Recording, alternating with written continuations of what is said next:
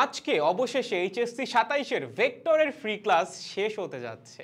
আমরা ১৮টা ক্লাস নিছি, আজকে ১৯ নাম্বার লেকচার এবং এর মাধ্যমে আমরা ভেক্টর চ্যাপ্টারটা র‍্যাপ আপ করে ফেলবো। এবং আমি এটা নিয়ে কথা বলার একদমই সময় পাই নাই বা আমার একদমই খেয়াল ছিল না আমি যে একটু কথা বলবো এইচএসসি ২৭ নিয়ে। আজকে মনে হয় প্রথম ভিডিও বানাচ্ছি।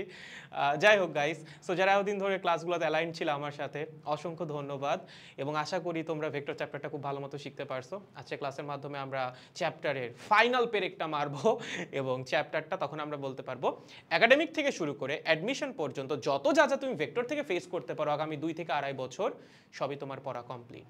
এই 19টা লেকচার তোমার যদি করা থাকে এর বাইরে তোমার ভেক্টরের কিছুই আর কখনোই লাগবে না। এখন এটি নিয়ে অনেকের আবার মনোমালিন্য কাজ করে যে ভাইয়া এতগুলা ক্লাস আমি কখন করব, এতগুলো কি আসলেই করা লাগবে? এখন দেখো, আমি তো চাইলে ক্লাস কমই নিতে পারি, বাট পড়াইতে গেলে আসলে পড়াইতে ইচ্ছাই করে।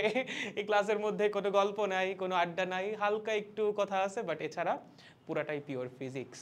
সো তোমার যদি আসলে জানার আগ্রহ থাকে ভেক্টর সম্পর্কে একদম বিস্তারিত, স্বাগতম রইল এই প্লেলিস্টে।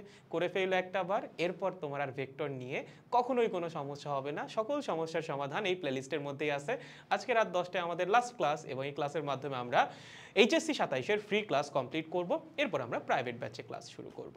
পড়তে থাকেন ভালো মতো। রাত 10টায় দেখা হচ্ছে ভেক্টরের লাস্ট লেকচার নিয়ে। আর কিন্তু দেরি করা যাবে না, এখন পড়াশোনা শুরু করেই দিতে হবে, কারণ কলেজ অতীব দ্রুত শুরু হতে যাচ্ছে। Good bye.